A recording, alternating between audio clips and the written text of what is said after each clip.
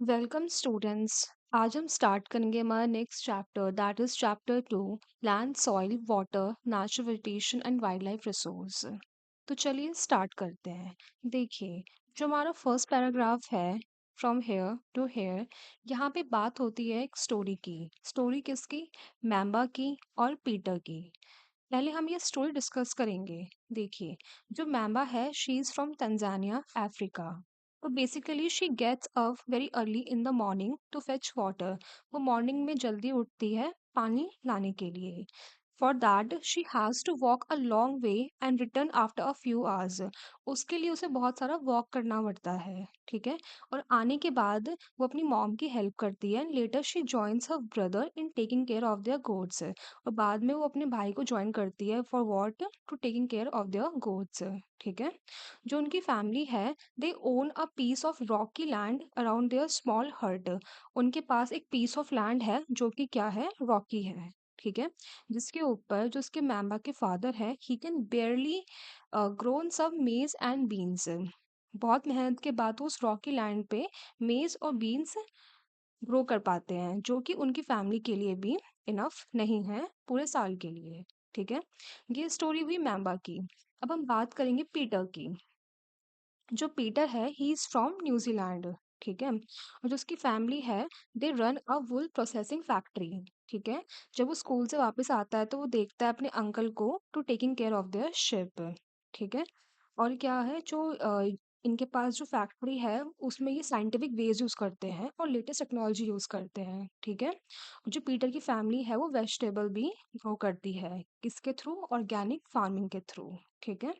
अब देखिए, मैम्बा और Peter stay in two different part of the world. आप देख सकते हैं जो मैम्बा है और पीटर है, they both are living in two different part of the world. एक रह रहा है तंजानिया में, एक न्यूजीलैंड में, ठीक है। This difference is because of the difference in the quality of land. अब एक बात बताइए, जो इतना डिफरेंस है इन दोनों के लाइफस्टाइल में वो क्यों है?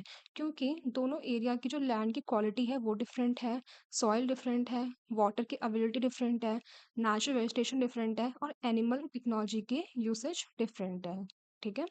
The availability of such resource is the main reason place differ from each other. अब देखिए, जहाँ पे पीटर रहता है वहाँ पे जो रिसोर्सेज हैं वो ज़्यादा अवेलेबल है कंपैरेटिवली जहाँ मामा रहती है, मैम्बा रहती है, ठीक है। तो हमने ये बात की स्टोरी, अब हमने ये स्टोरी देख ली है, ठीक है। अब हम चैप्टर स्टार्ट करेंगे। देखिए, जो हमारा फर्स्ट टॉपिक है दैट इज लैंड। हम लैंड के बारे में पढ़ेंगे। अब देखिए, जो हमारे पास जितने भी लैंड नेचुरल रिसोर्स हैं, लैंड उनमें से सबसे ज़्यादा इम्पॉर्टेंट है, ठीक है। अर्थ का जितना भी पोर्शन है उसका 30% एरिया जो है वो लैंड कवर करता है, ठीक है। All parts of this small percentage are not habitable, ठीक है। अब देखिए, जो लैंड है इसमें अनइवन डिस्ट्रीब्यूशन है पॉपुलेशन का, ठीक है। क्यों? क्योंकि जो लैंड है, क्लाइमेट है, उसकी कैरेक्टरिस्टिक है वो डिफरेंट है। जैसे कि अगर कोई रग्ड टोपोग्राफी वाला होगा, स्टीप स्लोप्स होंगे, ठीक है। लो लाइंग एरियाज होंगे जहाँ पे वाटर लॉगिंग हो जाती है, डेजर्ट एरिया होगा, थिक फॉरेस्टेड एरिया होगा, वहाँ पे जो पॉपुलेशन होगी वो स्पार्सली पॉपुलेटेड होगी, ठीक है। कंपैरेटिवली कोई एरिया अगर प्लेन होगा, रिवर वैली के अराउंड होगा, वहाँ पे जहाँ पे एग्रीकल्चर सुटेबल है वहाँ पे जो पॉपुलेशन है वो डेंस होगी, ठीक है। ओके। अब देखिए, जो लैंड है उसके यूजेस क्या क्या होते हैं। जो लैंड है वो कहाँ कहाँ यूज़ होती है? वो एग्रीकल्चर में यूज़ होती है, वो फॉरेस्ट्री में यूज़ होती है, mining, building houses, roads, setting up of industries. इन सब चीज़ों में लैंड को हम यूज़ करते हैं और कॉमनली इसको हम क्या बोलते हैं? इसको हम बोलते हैं लैंड यूज़, ठीक है। और देखिए, जो लैंड का यूज़ है उसको बहुत सारे फैक्टर्स भी डिटरमाइन करते हैं, जैसे कि उसकी टोपोग्राफी हो गई, सॉइल हो गया, क्लाइमेट हो गया, मिनरल हो गया, अवेलेबिलिटी ऑफ वाटर हो गया। एंड इसके साथ साथ जो ह्यूमन फैक्टर्स हैं जैसे कि पॉपुलेशन, टेक्नोलॉजी, ये भी डिटरमाइन करते हैं कि लैंड का यूज़ कैसे होगा, ठीक है। अब देखिए, जो लैंड है वो on the basis of ownership दो पार्ट में डिवाइडेड है। पहला प्राइवेट लैंड, दूसरा क्या हो गया? Community land. प्राइवेट लैंड क्या होता है? Which is owned by the individual. Community land क्या होता है? Which is owned by the community, ठीक है। और इस कम्युनिटी लैंड को हम कॉमन प्रॉपर्टी रिसोर्सेज भी बोलते हैं। Okay, I hope I am clear, आपको यहाँ से समझ में आ गया होगा। अब देखिए, जो लोग हैं और उनकी डिमांड्स हैं, वो दिन प्रतिदिन बढ़ती जा रही है, बट लेकिन जो लैंड है, वो तो लिमिटेड है ना? जो फिर क्या हो रहा है, the quality of land also differ from place to place. अब ये बात भी फैक्ट है कि जैसे-जैसे जगह बदलती है, प्लेस बदलती है, क्वालिटी ऑफ लैंड भी बदलती है। कहीं पे कोई एरिया होगा, वहाँ की लैंड ज़्यादा फर्टाइल होगी, कहीं की नहीं होगी, ऐसे ही होता है ना? तो फिर क्या हो रहा है, people started encroaching the common lands, तो लोगों ने एन्क्रोच करना स्टार्ट कर दिया कॉमन लैंड्स को। कैसे? वहाँ पे कमर्शियल एरिया बनाने लग गए हैं, हाउसेस, कॉम्प्लेक्स बनाने लग गए हैं और एग्रीकल्चर लैंड को रूरल एरियाज में एक्सपेंड करने लग गए हैं, ठीक है? Today the vast change in the land use pattern. अब देखिए, जो हमारे आज के टाइम पे इतना लैंड यूज पैटर्न में जो चेंज आया है, it reflects cultural change in a society. Okay, ठीक है। अब देखिए, जो लैंड डिग्रेडेशन है, लैंडस्लाइड है, सॉइल इरोजन है, डेजर्टिफिकेशन है, ये कुछ मेजर थ्रेट्स हैं हमारे इन्वायरमेंट को। क्यों? क्योंकि because of the expansion of the agriculture construction activities है। जैसे कि जैसे-जैसे एग्रीकल्चर एक्सपेंड हो रहा है, ठीक है? कंस्ट्रक्शन एक्टिविटीज बढ़ रही हैं, तो उसकी वजह से क्या हो रहा है, लैंड डिग्रेड हो रही है हमारी, लैंडस्लाइड हो रहा है, सॉइल इरोजन हो रहा है, डेजर्टिफिकेशन हो रहा है, ये सब चीज़ें हो रही हैं। अब देखिए, अब इतनी प्रॉब्लम्स हम लोग फेस कर रहे हैं, तो हम इसको कंज़र्व कैसे करेंगे अपनी लैंड को, ठीक है? तो यहाँ मैंने आपको पहले ही बताया था, जो ग्रोइंग पॉपुलेशन है और उनकी जो ग्रोइंग डिमांड है, इसकी वजह से क्या हो रहा है, लार्ज स्केल डिस्ट्रक्शन हो रहा है फॉरेस्ट कवर का और एरेबल लैंड का, ठीक है? और इससे क्या हो रहा है, जो हमारा नेचुरल रिसोर्स है, दिस लैंड, वो लूज़ हो रहा है, ठीक है? तो उसको हम कंज़र्व कैसे कर सकते हैं? एफॉरेस्टेशन करके, ठीक है? लैंड रिक्लेमेशन करके, ठीक है? रेगुलेट करके, किस चीज़ को, पेस्टिसाइड्स को, फर्टिलाइजर्स को, ठीक है? ओवर ग्रेजिंग जो हम लोग कर देते हैं, उसको चेक करना है हमें, ज़्यादा नहीं करनी ओवर ग्रेजिंग। तो these are the few methods जिसको हम अप्लाई करके अपने लैंड को कंजर्व कर सकते हैं, ठीक है? यहाँ होता है आपका पहला पार्ट कंप्लीट। अब हम स्टार्ट करेंगे second part, that is soil. देखिए, सॉइल क्या होती है, सपोज देखिए ये लैंड है, ठीक है? यहाँ का जो ये स्टार्टिंग वाला पोर्शन होता है, ये थिन लेयर जो होती है, जो कि थोड़ी ग्रेनी होती है, इसको हम क्या बोलते हैं, इसको हम बोलते हैं सॉइल। यहाँ पे वही लिखा हुआ है, देखिए, थिन लेयर और granny substance covering the surface of the earth is called soil. Thin layer होगी और ग्रेनी सब्सटेंस होंगे जो जो हमारी अर्थ का सरफेस है उसको कवर करते हैं, ठीक है? अब देखिए, जो ये सॉइल है, ये क्लोजली लिंक्ड होगी किससे, लैंड से, ठीक है? और जो लैंड फॉर्म है वही डिटरमाइन करता है कि किस टाइप की सॉइल आपको वहाँ पे मिलेगी, ठीक है? अब एक बात बताइए, जो सॉइल है वो किस किस चीज़ से मिलके बना होता है? वो ऑर्गेनिक मैटर से मिलके बना होता है, ठीक है? उसमें मिनरल्स भी होते हैं और उसमें वेदर्ड रॉक्स भी होती हैं। तो वहाँ पे क्या लिखा हुआ है, देखिए, जो सॉइल है is made up of organic matter, mineral and weathered rocks, जो कि हमें अर्थ पे मिलती हैं, ठीक है? और ये कैसे बनती है, through the process of weathering. Weathering क्या होता है, ब्रेकिंग अवे, टूटना और डिके होना किसका, रॉक्स का, किसकी वजह से, टेम्परेचर की वजह से, ठीक है? फ्रॉस्ट की वजह से, प्लांट और एनिमल और ह्यूमन एक्टिविटी की वजह से। जब एक एरिया में कोई रॉक ब्रेक होके टूट जाती है, ठीक है, ऑन साइट, तो उसको वेदरिंग बोलते हैं, ठीक है? अब एक बात बताइए, सॉइल तो हमारी बन गई है, ये सॉइल हमारी फर्टाइल कैसे बनेगी, ठीक है? तो यहाँ पे वही लिखा हुआ है, the right mix of minerals and organic matter make the soil fertile. जब मिनरल और ऑर्गेनिक मैटर का राइट मिक्स होगा, तो उसकी वजह से जो हमारी सॉइल है, it will be fertile, okay? अब देखिए, यहाँ पे एक छोटा सा टॉपिक दे रखा है, दैट इज लैंडस्लाइड। लैंडस्लाइड क्या होता है, यार आपको पता ही होगा, जो माउंटेनियस रीजन होते हैं, यहाँ पे जैसे रॉक है, इसका मास मूवमेंट होके नीचे गिर गया ये रोड पे, है ना? तो ये लैंडस्लाइड बोलता है, मतलब मास मूवमेंट होता है, ठीक है, किसी रॉक का या डेब्रिस का डाउन द स्लोप। तो देखिए, यहाँ पे ये लिखा हुआ है, जो लैंडस्लाइड है are simply defined as the mass movement.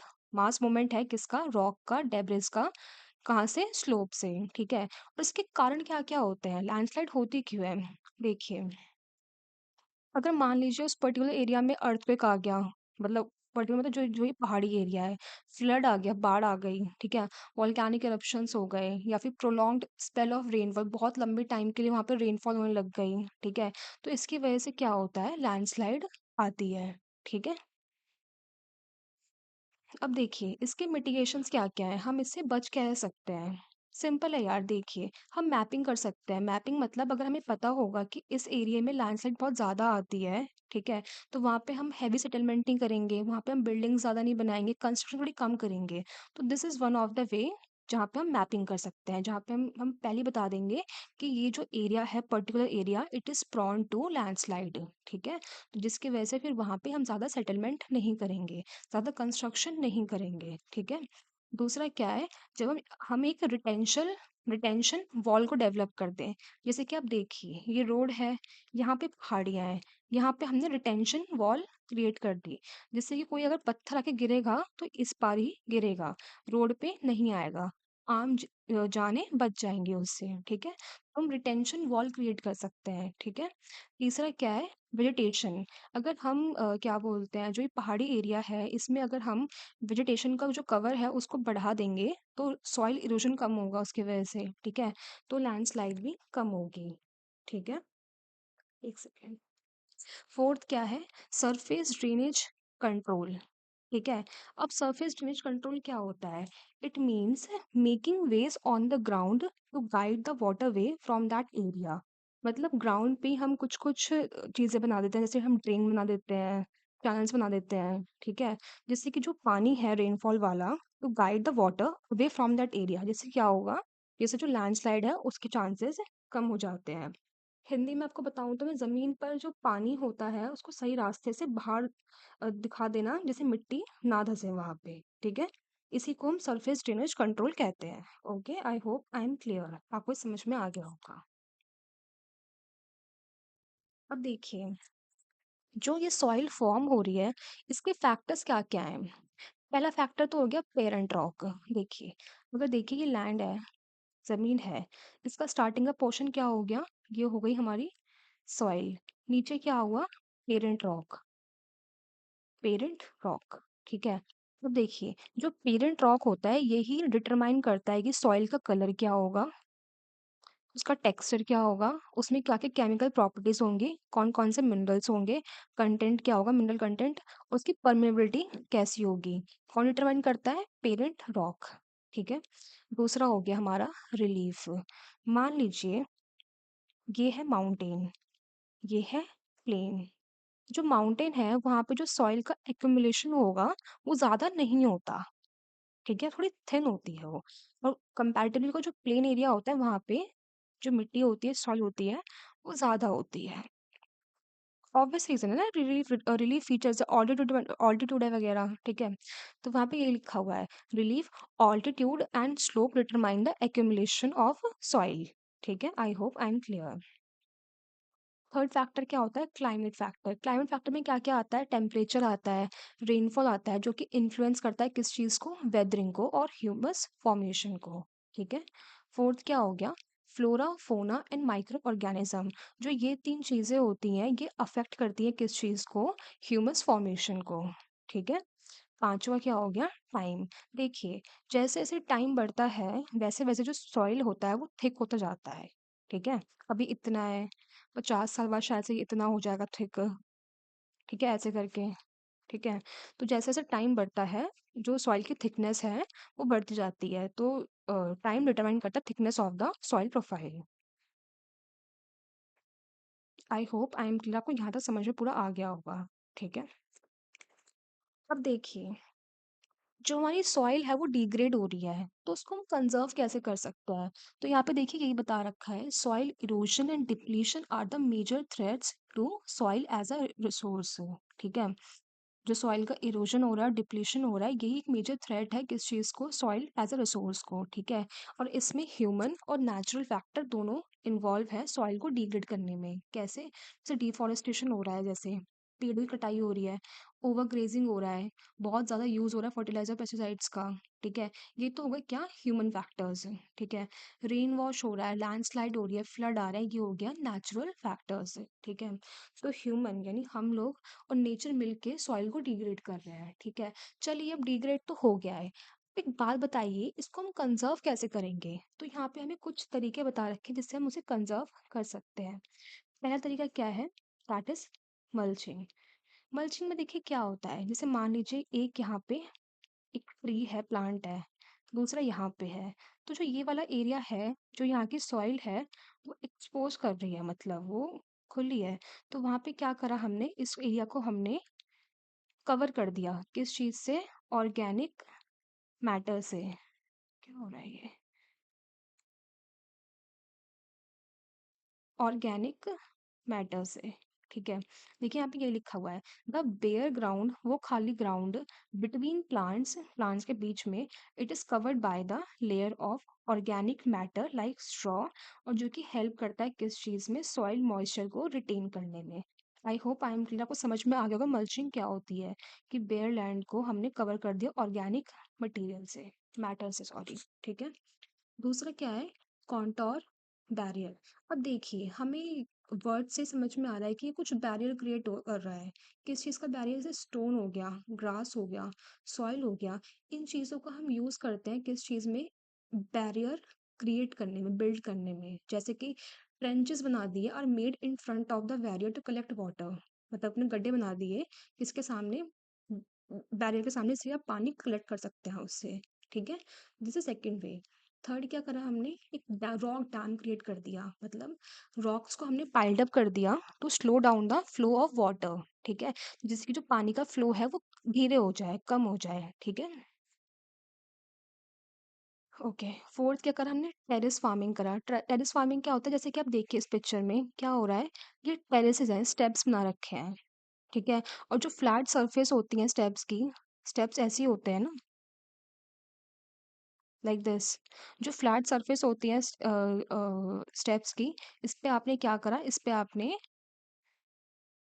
Crop को ग्रो करा। देखिए, ब्रॉड फ्लैट स्टेप्स और terraces are made on the steep slopes so that flat surfaces are available to grow crops, ठीक है। आपने यहाँ पे टेरेस बनाया और फ्लैट सर्फेस पे आपने क्रॉपिंग कर दी, ठीक है, जिससे कि क्या हुआ? सरफेस रन ऑफ कम हो जाएगा, सॉइल इरोजन कम हो जाएगा, ठीक है। आई होप आपको ये चार चीज समझ में आ गई होंगी। फिफ्थ वे क्या है? इंटरक्रॉपिंग। इंटरक्रॉपिंग में क्या होता है? Different different crops are grown in alternate rows and are sown at different times to protect the soil from rain wash. आपने डिफरेंट क्रॉप्स ग्रो करी ऑल्टरनेट रोज में, मतलब आपने यहाँ पे कुछ और ग्रो करा, फिर आपने यहाँ पे कुछ और ग्रो करा। एक सेकेंड यार। हाँ, तो आपने डिफरेंट डिफरेंट क्रॉप्स क्या करी? आपने ग्रो करी, ठीक है, ऑल्टरनेटली, ठीक है। ओके। सिक्स्थ क्या है? Contour ploughing. आपने प्लो करा parallel to the contour of a hill slope to form a natural barrier for water to flow down the slope. आपने क्या करा यहाँ पे? आपने प्लो किया parallelly to contour of a hill slope, जिससे कि आपने क्या किया? एक नेचुरल बैरियर क्रिएट करा पानी के लिए, to flow down the slope, slope से नीचे फ्लो करने के लिए। सेवेंथ वे क्या है? Shelter belts.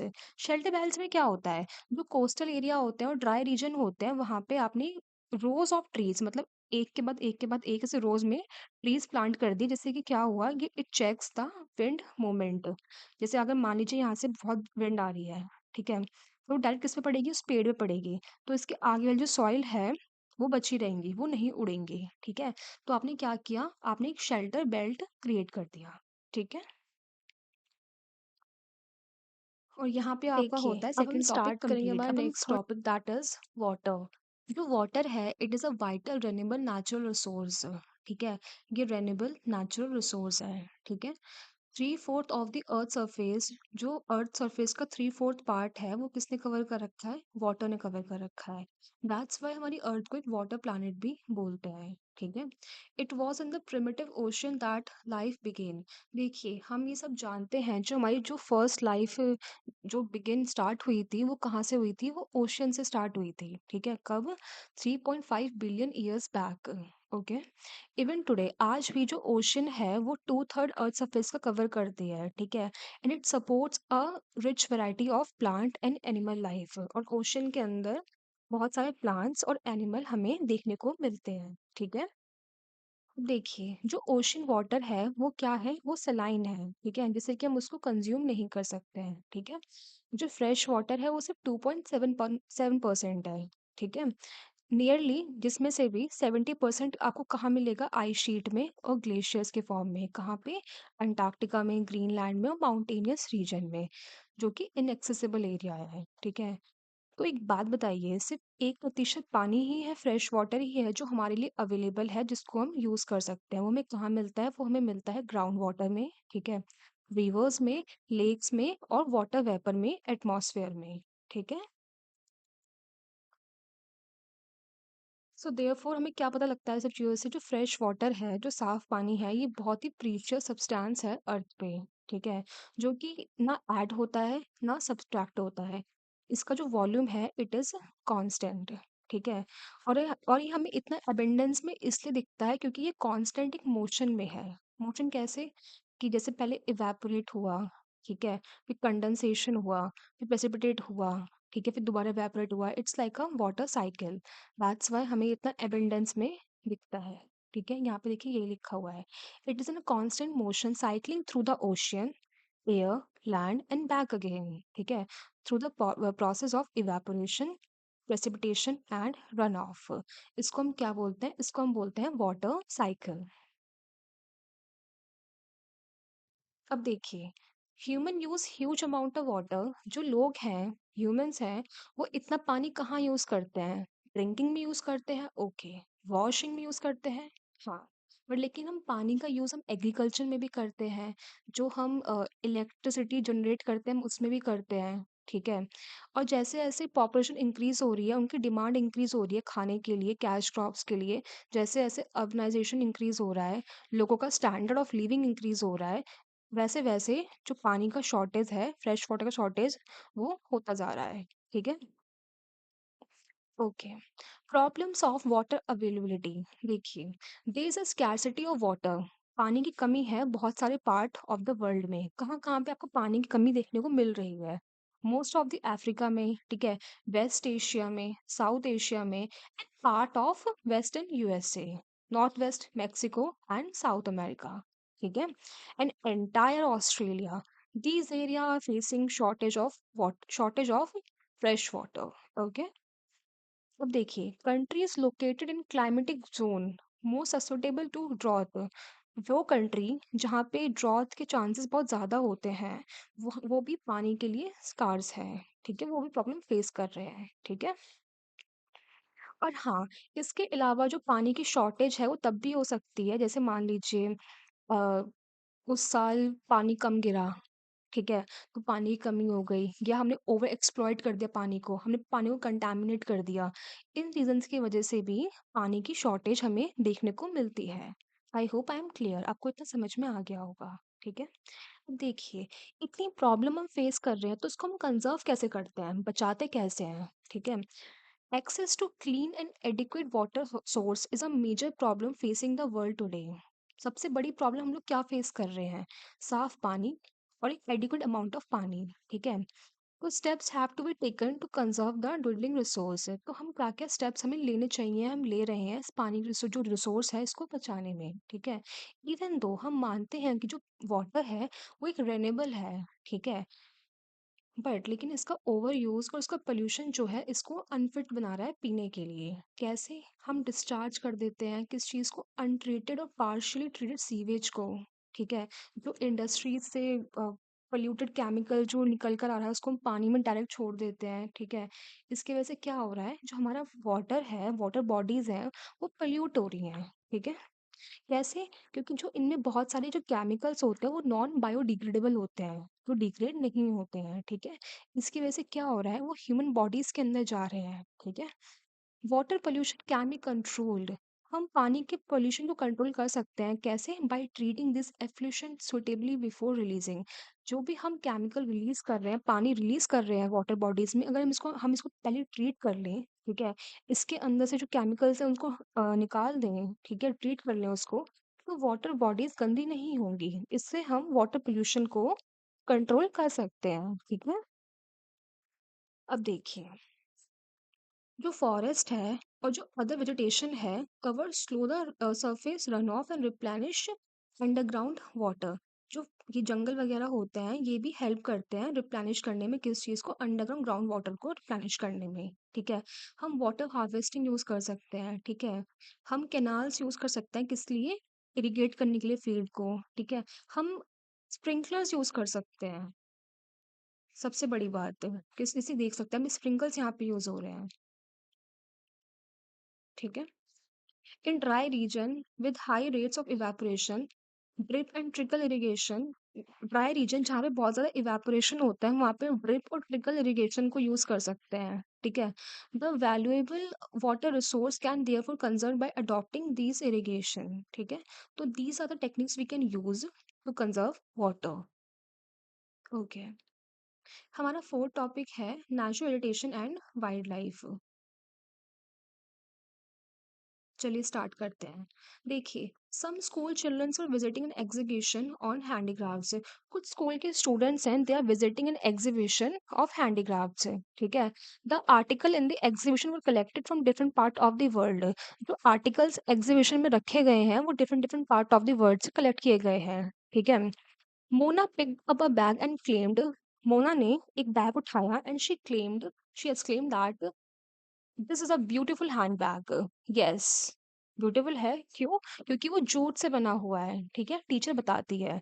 Do you see those baskets, आप वो बास्केट देख सकते हैं, लैम्प्स देख सकते हैं, चेयर्स देख सकते हैं। ठीक है, ये किस चीज से बने हुए हैं, बैम्बू से। बैम्बू हमें कहाँ देखने को मिलता है, ईस्टर्न और north eastern humid region of India में।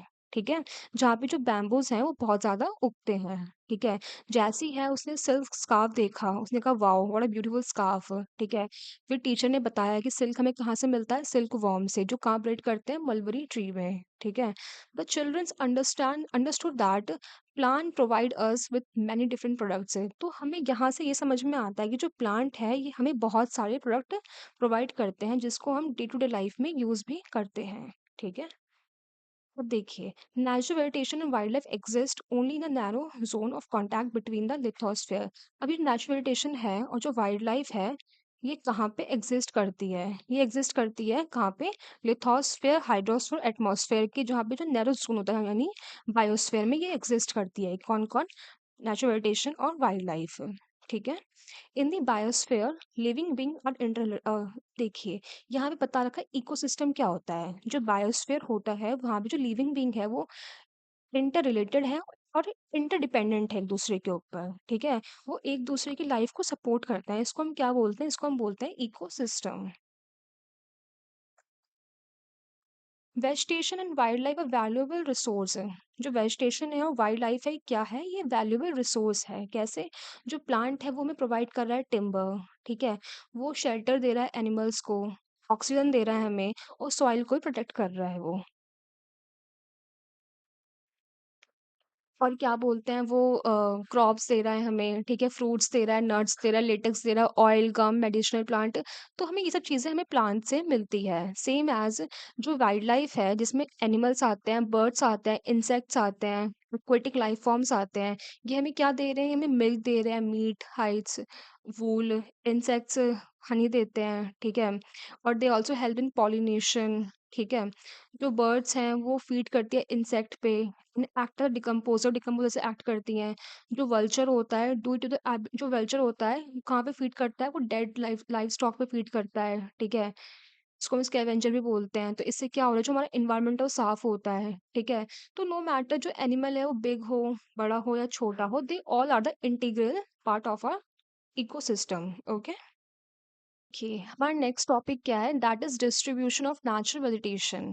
जो नेचुरल वेजिटेशन है उसका डिस्ट्रीब्यूशन हम पढ़ेंगे। देखिए, जो ग्रोथ है वेजिटेशन की वो किस पे डिपेंड करती है, प्राइमरली टेम्परेचर पे और मॉइस्चर पे। ठीक है, और इस दुनिया में हमें कितने टाइप की वेजिटेशन देखने को मिलती है, vegetation, forest, grassland, scrubs and tundra.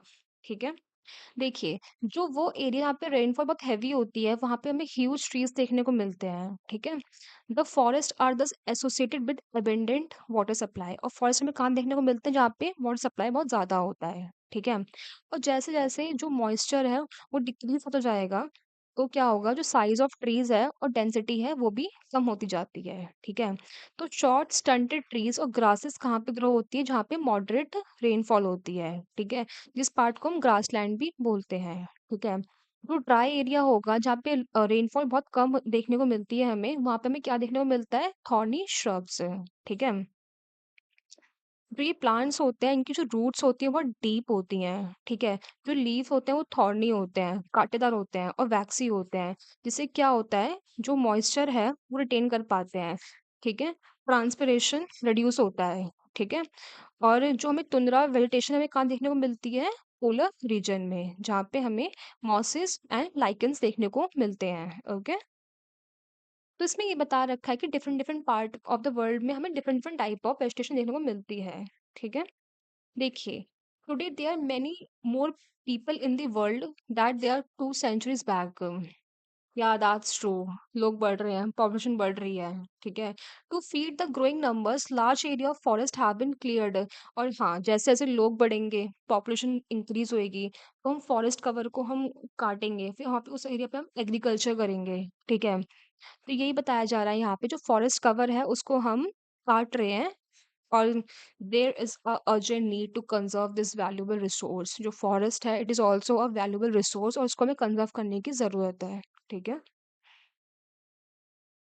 Conserve करेंगे कैसे, ये बताइए आप। जो फॉरेस्ट है, इट्स आवर वेल्थ, ओके? कैसे? जो प्लांट्स हैं वो शेल्टर प्रोवाइड करते हैं एनिमल्स को, ठीक है? और ये आपस में मिलके एक इकोसिस्टम मेंटेन करते हैं। अब देखिए क्या हो रहा है, क्लाइमेट चेंज हो रहा है, ह्यूमन का इंटरफेरेंस बढ़ रहा है, इसकी वजह से क्या हो रहा है, जो नेचुरल हैबिटाट है प्लांट्स का और एनिमल्स का, वो लॉस हो रहा है, ठीक है? बहुत सारी स्पीशीज हैं, वल्नरेबल हो रही हैं, एंडेंजर्ड हो रही हैं, और कुछ कुछ तो एक्सटेंट होने के कगार पे हैं, ठीक है? डिफॉरेस्टेशन हो रहा है, सॉइल इरोजन हो रहा है, कंस्ट्रक्शन एक्टिविटीज बढ़ चुकी हैं, ठीक है? फॉरेस्ट फायर हो रहा है, सुनामी आ रही है, लैंडस्लाइड हो रहे हैं, ठीक है? ये कुछ फैक्टर्स हैं, ह्यूमन फैक्टर, नेचुरल फैक्टर्स, जिसकी वजह से सब कुछ एक्सटेंट हो रहा है, ठीक है? One of the major concern is the, अब सबसे बड़ा कंसर्न क्या है? पोचिंग। लोगों की हंटिंग हो रही है, किस चीज के लिए? वो भी इलीगल हंटिंग हो रही है।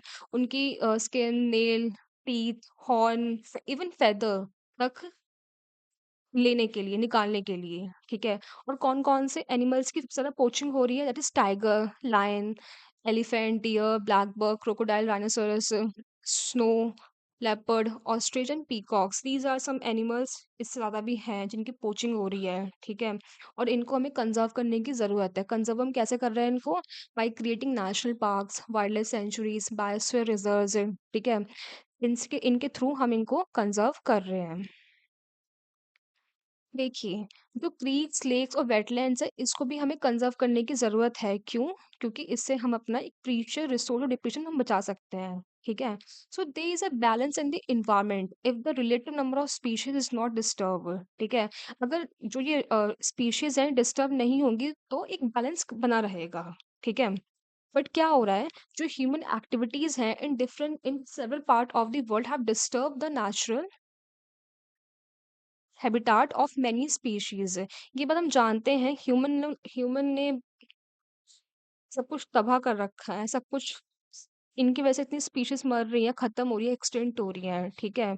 यहाँ पे दोबारा वही बता रखा है कि इनडिस्क्रिमिनेट किलिंग हो रही है सेवरल एनिमल्स की और बर्ड्स की, जिसकी वजह से वो एक्सटेंट हो रहे हैं और on a verge of extension है, ठीक है? तो काफ़ी सारे अवेयरनेस प्रोग्राम चला रखे हैं, जैसे जैसे कि सोशल फॉरेस्ट्री, वन महोत्सव, ठीक है? इनको एनकरेज किया जा रहा है रीजनल और कम्युनिटी लेवल पे, ठीक है? जो स्कूल के चिल्ड्रन हैं उनको भी एनकरेज किया जा रहा है, ठीक है?